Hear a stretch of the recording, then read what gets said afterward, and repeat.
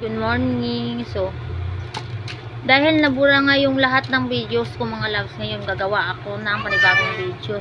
Actually, meron na akong video nito mga loves. Unboxing pala dapat to mga loves, pero ito na lang ipakita ko sa inyo mga loves. Ito nga pala yung nabili ko sa Shopee mga loves. Nabudol talaga ako kasi sino ba namang hindi mabubudol mga loves. 36 pesos mga loves, 3 dosina mga loves. Na hanger is 50 pesos lang. Ayan mga loves, oh. 50 pesos. Ayan mga loves, oh. Oh, isang dosina. Hindi yan pang bata na hanger mga loves, ah.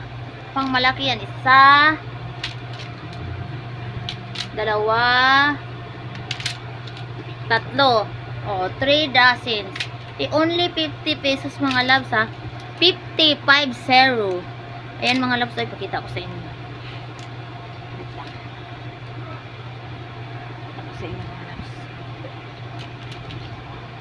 Lang kaya di pa ako ano dito mga loves. Yan, pakita ko sa inyo. Nandito nga pala ako dito sa loob ng kwarto mga loves.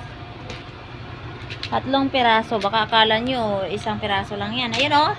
1, 2,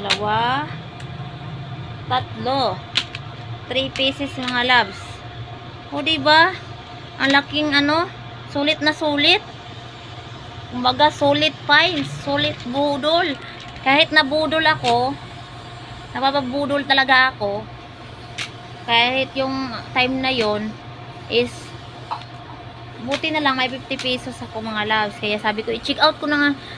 Nakikita ko lang to mga loves sa live ng Shopee. Kaya kiniklik ko kaagad. Bakit ko to na-avail to only 50 pesos? Kasi nga 100 siya mga loves. Tapos ginamitan ko siya ng voucher. So, yun lang mga loves. See you in my next video mga loves. Sana supportahan niyo pa rin ako.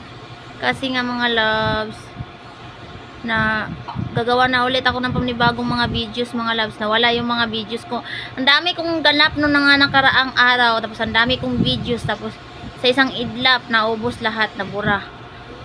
Yun lang.